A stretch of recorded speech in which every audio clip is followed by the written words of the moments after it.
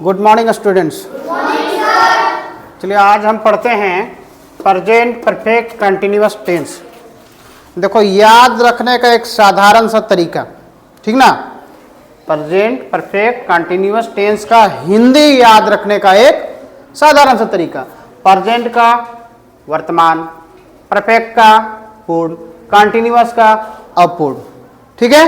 इसको एक साथ में बोलते हैं हम प्रेजेंट परफेक्ट कंटिन्यूअस टेंस। तो पूर्ण अपूर्ण वर्तमान काल क्या होगा? पूर्ण अपूर्ण वर्तमान काल, ठीक है। हिंदी भी याद हो जाएगा। चलिए ये बहुत बड़ा बात नहीं है इसको समझ पाना, छोटी छोटी बातों को सिर्फ याद रखना है, ठीक है। एकदम छोटी छोटी बातों को आप याद रखिएगा, ये टेंस समझने में कहीं दिक्कत नहीं होगा, ठीक ना। देखिए इसका जो परिभाषा कर रहा है, जिस हिंदी वाक्य के क्रिया के अंत में, देखो यहाँ क्या बोल रहा है, क्रिया के अंत में ता रहा है, क्या रहेगा? ध्यान दो, ता के साथ रहा, ता रहा है। ती के साथ रही माने ती रही है। ते के साथ रहे माने ते रहे हैं। कहने का मतलब क्या है? ता रहा है, ती रही है, ते रहे हैं, है ना। जिस भी हिंदी वाक्य के क्रिया के अंत में ता रहा है, ती रही है, ते रहे हैं लगा रहेगा, उसको हम मान लेंगे प्रेजेंट परफेक्ट कंटिन्यूअस टेंस का। कोई दिक्कत यहां तक? चलिए अब क्या कहता है कि ऐसे वाक्यों में किसी भी काम का एक लंबे समय से, चाहे वह निश्चित समय हो या अनिश्चित समय, हम लिख दिए हैं निश्चित समय हो या अनिश्चित समय से वर्तमान समय में जारी रहने का पता चलता है। मतलब कोई भी काम एक पिछले समय से जारी रहने का पता चलता है। उसका समय जो चालू हुआ है वह निश्चित समय भी हो सकता है या अनिश्चित समय भी हो सकता है, ठीक ना। तो कहने का मतलब क्या है कि ऐसे वाक्यों में किसी भी काम का पहले से जारी रहने का पता चलता है। एकदम साधारण बात याद रखना है, ठीक ना। अब है कि कैसे पहचानेंगे, उसके लिए थोड़ा सा आप देख लीजिए यहाँ पे।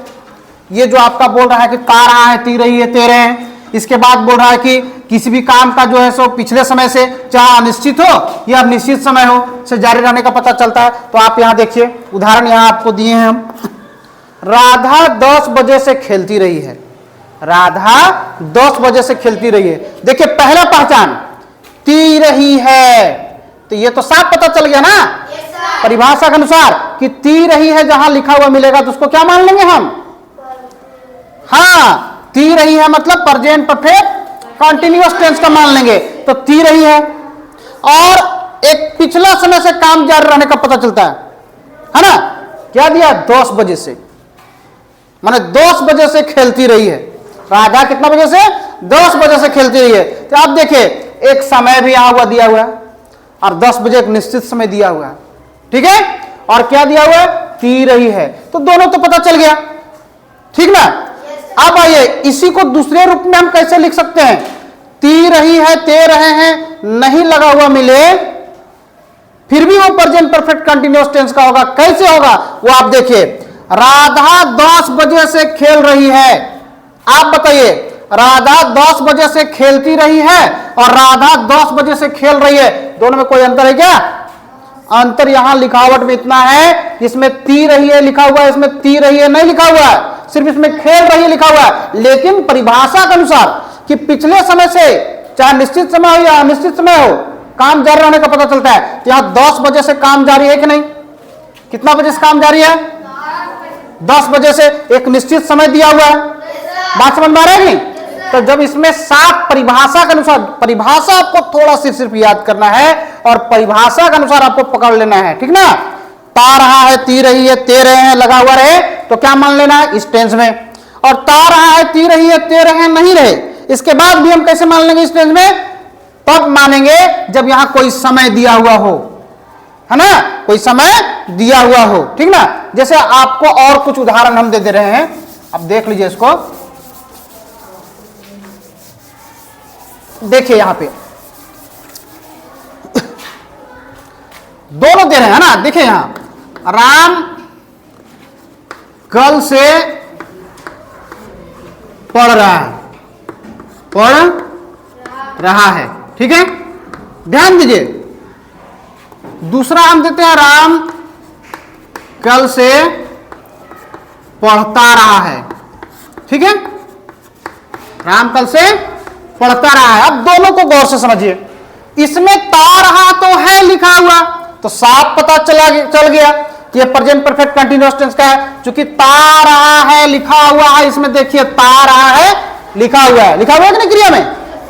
फिर इसमें आप ध्यान दें, राम कल से पढ़ रहा है, इसमें तो ता रहा है नहीं लिखा हुआ है, लेकिन क्या लिखा हुआ है, कल से एक समय दिया हुआ है, कल से समय दिया हुआ है, मतलब इस टेंस का है। ता रहा है इसमें नहीं लिखा हुआ है, लेकिन क्या दिया हुआ है, समय सूचक शब्द यहां है, काम जारी भी है, मतलब प्रेजेंट परफेक्ट कंटीन्यूअस टेंस का है। चलिए फिर एक उदाहरण आपको देते हैं, आप उदाहरण से समझ लीजिए, एकदम कहीं कोई दिक्कत नहीं होगा। जैसे मैं 4 घंटों से देख रहा हूं, चलिए 4 घंटों से देख रहा हूं, ठीक है। इसमें ता रहा हूं नहीं लिखा हुआ है, जहां हमको मिल गया ता रहा हूं तो साफ है कि वो प्रेजेंट परफेक्ट कंटीन्यूअस में चला गया। आपको क्या देखना है, ता रहा है, ती रही है, ते रहे हैं, तो इस साफ पता चला गया कि ये चीज है तो प्रेजेंट परफेक्ट कंटीन्यूअस टेंस का है। लेकिन ये नहीं रहे तब भी हम कैसे पकड़ेंगे, इस समय से, किसी भी प्रकार का यहां समय सूचक शब्द हो और यहां पे रहा रहे, रही रहे, है ना, रहा रही रहे रहे, है ना, तो क्या मान लेंगे हम, प्रेजेंट परफेक्ट कंटीन्यूअस टेंस का। क्या याद रखना है कि ता रहा है, ती रही है, ते रहे हैं, इसका मूल पहचान तो है ही, लेकिन उसके बावजूद यदि ये ता रहा है, ती रही है, ते रहे हैं नहीं रहे और समय सूचक शब्द उसमें जुड़ा हुआ रहे, तो उसको क्या मान लेंगे हम, प्रेजेंट परफेक्ट कंटीन्यूअस टेंस का। बात समझ में आ रहा है नहीं? अब आपको हम 1-2 उदाहरण और दे रहे हैं, आपको बताना है कि इस टेंस का है या नहीं है, ठीक ना। ध्यान दीजिए, वह दौड़ता रहा है, दौड़ता रहा है। चलिए प्रेजेंट परफेक्ट कंटीन्यूअस टेंस का है कि नहीं है, कैसे पता चला,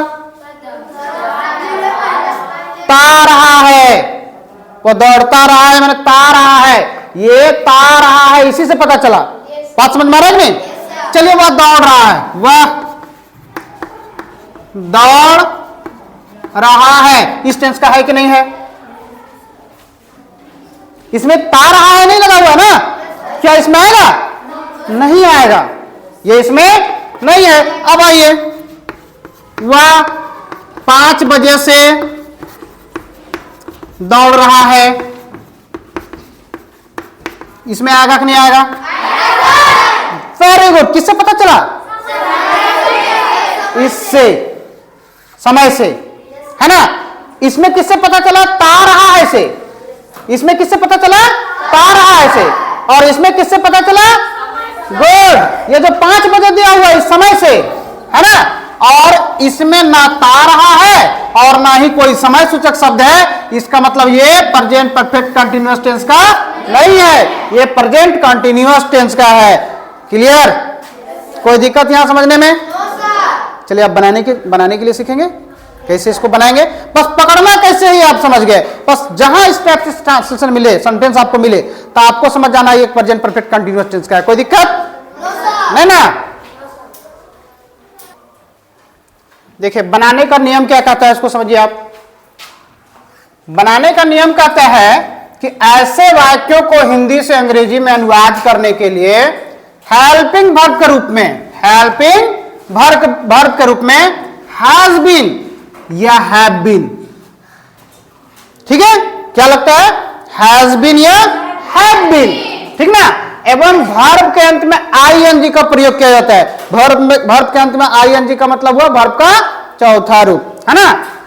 तो क्या करेंगे हम, जब उसका अंग्रेजी अनुवाद करेंगे तो जिसमें हैज बीन लगेगा उसमें हैज बीन लगाएंगे, जिसमें हैव बीन लगना होगा उसमें हैव बीन लगाएंगे, ठीक है। और इसमें एक चीज और है कि समय सूचक शब्द से के लिए हम सीन्स या फोर का प्रयोग करते हैं। किसका प्रयोग करेंगे? सिंस या फोर का प्रयोग करेंगे। ठीक है, चलिए इसका अंग्रेजी अनुवाद करते हैं हम। आपका पहला उदाहरण था राधा 10 बजे से खेलती रही है, या राधा 10 बजे से खेल रही है, दोनों एक ही बात है ना। चलिए सिस्टम क्या कहता है कि पहले हम सब्जेक्ट लिखेंगे, तब हेल्पिंग वर्ब लिखेंगे, तब वर्ब लिखेंगे, उसमें आईएनजी जोड़ेंगे। बात समझ में आ रहा है नहीं? तब हम ऑब्जेक्ट लिखेंगे, तब कॉम्प्लीमेंट लिखेंगे। इसका यही सिस्टम है, ठीक ना। तो चलिए देखते हैं। राधा क्या है? सब्जेक्ट। खेलना क्या है? वर्ब। इसको हम हेल्पिंग वर्ब मानते हैं। और ये जो है 10 बजे से, इसको हम कॉम्प्लीमेंट ही मान के चलेंगे, अर्थात सबसे अंत में वही लिखाएगा। बात समझ में आ रहा है कि नहीं? चलिए अंग्रेजी अनुवाद करते हैं। करें? राधा 10 बजे से खेलते रही है, सब्जेक्ट क्या है? राधा। तो क्या लिखेंगे? राधा। ठीक ना। इसके बाद क्या बोल रहा है? Helping verb. तो हम है को मानते हैं, और इसका हेल्पिंग वर्ब क्या है? हैज बीन और हैव बीन। राधा के साथ क्या लगेगा? Has been. राधा के साथ क्या लगेगा? Has been. ठीक ना। इसके बाद क्या बोल रहा है? वर्ब, और उसमें आईएनजी। वर्ब क्या है? खेलना। तो खेलना का इंग्लिश होता है प्ले, उसमें आईएनजी जोड़ेंगे तो प्लेइंग। ठीक ना। इसके बाद क्या बोल रहा है? तब कॉम्प्लीमेंट। तो कॉम्प्लीमेंट किसको मान रहे हैं हम? 10 बजे से। अब हम यहां बताया है कि से का इंग्लिश से सिंस और फोर लगता है। तो आपको याद रखना है कि निश्चित समय के लिए सिंस का और अनिश्चित समय के लिए फोर का प्रयोग करते हैं। तो 10 बजे तो परफेक्ट समय लिखा हुआ है, लिखा हुआ है कि नहीं? हम क्या करेंगे? सिंस लगाएंगे, फोर लगाएंगे? सिंस। गुड। सिंस 10 बजे का होगा 10 o'clock। बन गया। 10 o'clock बन गया कि नहीं? कोई दिक्कत यहां तक? अगला उदाहरण आपको हम फिर बताते हैं। और उदाहरण दिया था ना। अब यहां 2 उदाहरण दिया हुआ है। आप दोनों उदाहरण को देखिए और समझिए। इसमें क्या है? पहला जो उदाहरण है आपका, उसमें लिखा हुआ है कि वह सुबह से खेलता रहा है। चलिए ता रहा है, सुबह से इसमें भी है और सुबह से इसमें भी है, लेकिन अंतर क्या है कि इसमें ता रहा है, लेकिन इसमें सिर्फ खेल रहा है। इसमें खेलता रहा है, तो इसमें खेल रहा है। अब खेल रहा है का मतलब तो प्रेजेंट कंटिन्यूअस में चला जाता, नहीं जाएगा। कारण यह है कि इसमें समय सूचक शब्द के साथ से लगा हुआ है। इसमें समय दिया हुआ है, एक समय दिया हुआ है कि वह सुबह से खेल रहा है। इसमें वह सुबह से खेलता रहा है, पा रहा है, इसे तो पकड़ा गया। और समय भी दिया हुआ है, दिया हुआ है कि नहीं?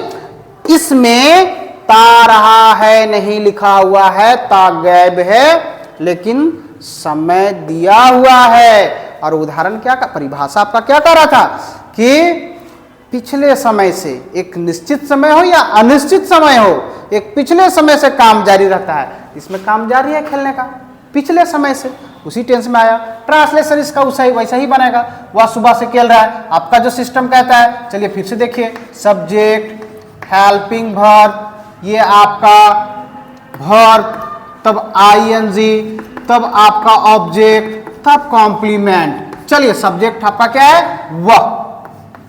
ही। हेल्पिंग वर्ब ता रहा है, इसका होता है हैज बीन या हैव बीन। इस पर चर्चा करेंगे हम बढ़िया से। ही हैज बीन। इसके बाद क्या है? वर्ब। वर्ब क्या है? खेलना। प्लेइंग। क्या होगा? प्लेइंग। वर्ब में आईएनजी। इसके बाद ऑब्जेक्ट है ही नहीं, कॉम्प्लीमेंट है। कॉम्प्लीमेंट क्या? सुबह से। तो से का इंग्लिश क्या बताया था? सिंस या फोर। सुबह में लगता है सिंस, इसको निश्चित समय माना गया, सिंस।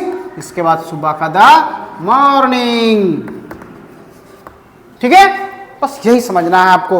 और एक बात आप ध्यान में ये रखिएगा कि जब भी आप ट्रांसलेशन बनाइए तो इस पर ही आप सेट कीजिए, कभी नहीं फंसिएगा। आप पहले सब्जेक्ट लिखिए, फिर हेल्पिंग वर्ब लिखिए, फिर वर्ब लिखिए, फिर उसमें आईएनजी जोड़िए, ऑब्जेक्ट लिखिए, तब कॉम्प्लीमेंट लिखिए। वर्ब प्लस आईएनजी का मतलब हुआ वर्ब का चौथा रूप। इस बात को हमेशा ध्यान में आप रखिएगा, बताया ना इस को। चलिए अब आपको हम बताते हैं अब हम सीखेंगे इस टेंस को 4 रूप में बनाना, असर्टिव, नेगेटिव, इंट्रोगेटिव, इंट्रोनेगेटिव। इंट्रोनेगेटिव को ही नेगेटिव इंट्रोगेटिव कहते हैं, है ना। चलिए असर्टिव, असर्टिव में बोलता है पहले सब्जेक्ट लिखना है, फिर हेल्पिंग वर्ब जो हैज बीन और हैव बीन होता है, इसके बाद वर्ब का चौथा रूप मतलब वर्ब में आईएनजी, इसके बाद ऑब्जेक्ट, फिर कॉम्प्लीमेंट लिखना है। एक उदाहरण हम दिए हैं, राधा सुबह से किताब पढ़ रही है। चलिए पी रही है या पढ़ रही है, एक ही बात है। एक ही बात कैसे हुआ, क्योंकि सुबह से यहां समय दिया हुआ है, इसको हम ऐसे भी लिख सकते थे। देखिए यहां राधा सुबह से किताब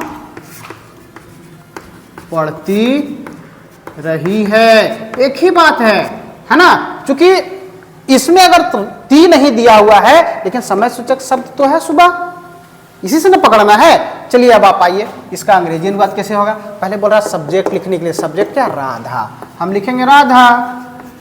फिर क्या बोल रहा है, हेल्पिंग वर्ब, हैज बीन या हैव बीन लगता है तो राधा के साथ हैज बीन, हैज बीन। इसके बाद वर्ब का चौथा रूप माने पढ़ना, पढ़ना का चौथा रूप, रीड का, रीड में आईएनजी जोड़ देंगे, है ना, रीडिंग, रीड का चौथा रूप हो गया रीडिंग। इसके बाद क्या बोल रहा है, ऑब्जेक्ट, ऑब्जेक्ट क्या है, किताब, हम लिखेंगे a book.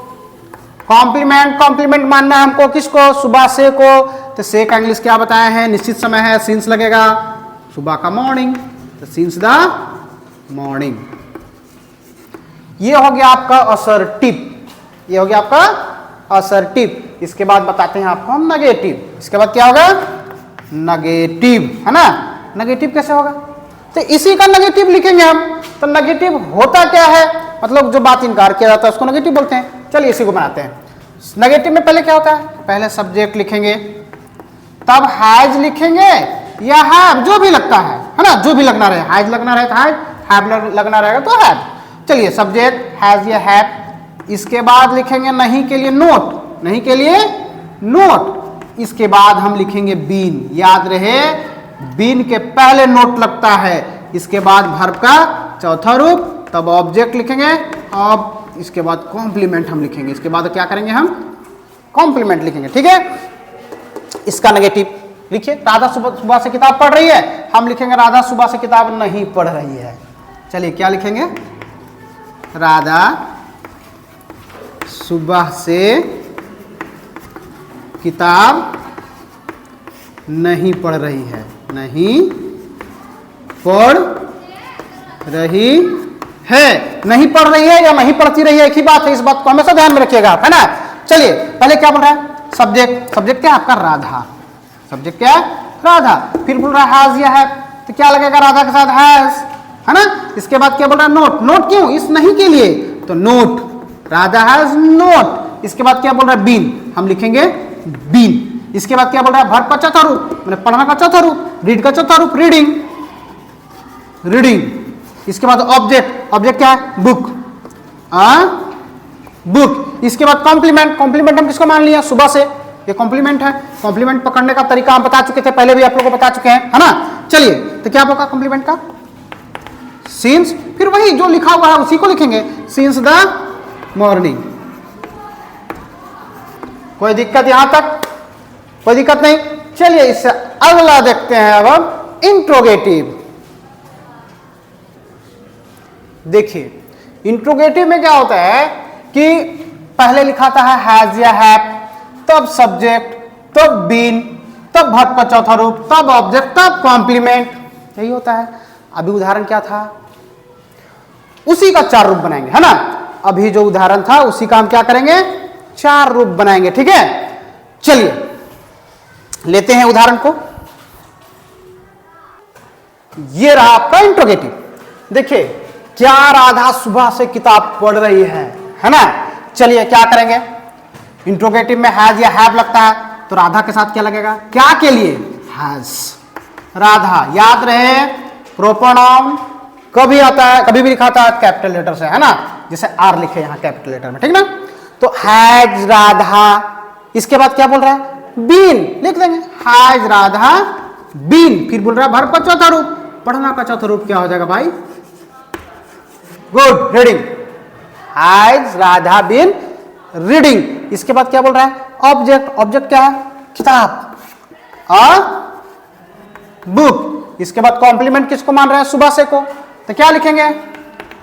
Since the morning. चलिए अब अगला लेते हैं इंट्रोनेगेटिव। इंट्रोनेगेटिव है ना, इसमें क्या करते हैं? इसमें भी हैज या हैव लिखते हैं, तब सब्जेक्ट लिखते हैं, तब नोट लिखते हैं, तब बीन लिखते हैं, तब वर्ब का चौथा रूप, तब ऑब्जेक्ट और तब कॉम्प्लीमेंट लिखते हैं। इसके बाद क्या करेंगे? लास्ट में कॉम्प्लीमेंट देंगे। अब ध्यान रहे कि नोट क्यों आ रहा है, तो हम बता रहे हैं कि नेगेटिव है ये। क्या है? इंट्रोनेगेटिव। इंट्रोनेगेटिव है ये, है ना। नेगेटिव का मतलब जो बात इनकार किया जा चुका हो, और इंट्रोगेटिव तो आप जान ही रहे हैं, प्रश्न सूचक। तो दोनों रहेगा, प्रश्न भी रहेगा और नहीं भी रहेगा इसमें, है ना। चलिए सेट करते हैं। क्या राधा सुबह से किताब पढ़ रही है, इसी को हम सेट करेंगे। क्या राधा सुबह से किताब नहीं पढ़ रही है?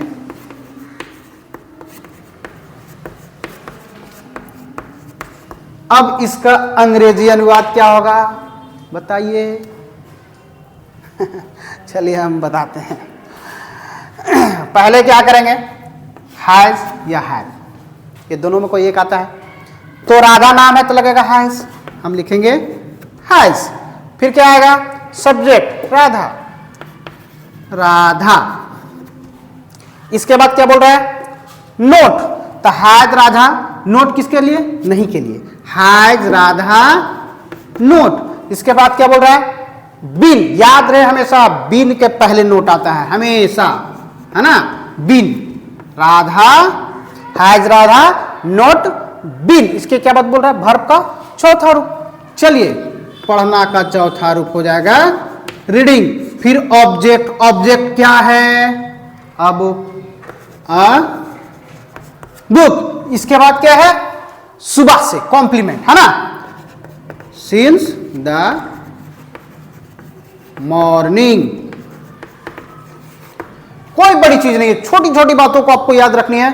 आप एक चीज ध्यान में रखिए कि जब इस टाइप का ट्रांसलेशन को हम बनाएंगे तो असर्टिव, नेगेटिव, इंट्रोगेटिव, इंट्रोनेगेटिव में कब किसको लिखना है उसके लिए आप इसको याद कर लीजिए। ये आपका जो सूत्र हम दे दिए इसको याद कर लीजिए। हमेशा याद रखिएगा नोट जब भी आएगा अगर बीन के साथ लगना रहेगा तो बीन के पहले आएगा, है ना, बीन के पहले आएगा। इस बात को आपको हमेशा याद रखना है। क्या के लिए? हैज या हैव पहले आ जाता है ना। ऐसी तो शुरुआत जो असर्टिव था हैज और हैव के साथ बीन आ रहा था असर्टिव में। इसके बाद हैज और बीन अलग अलग जगह पर लिखा रहा है। सब्जेक्ट के पहले हैज हैव, सब्जेक्ट के बाद बीन, और नोट आ गया तो नोट आ गया तो आप देखिए नोट आ गया तो बीन के पहले नोट तब बीन। इन छोटी छोटी बातों को आप याद रखिएगा, बनाने में कहीं दिक्कत नहीं होगा। इसको आप घर में देखिएगा और गार्जियन के सामने में, ठीक है, कोई दिक्कत? Thank you.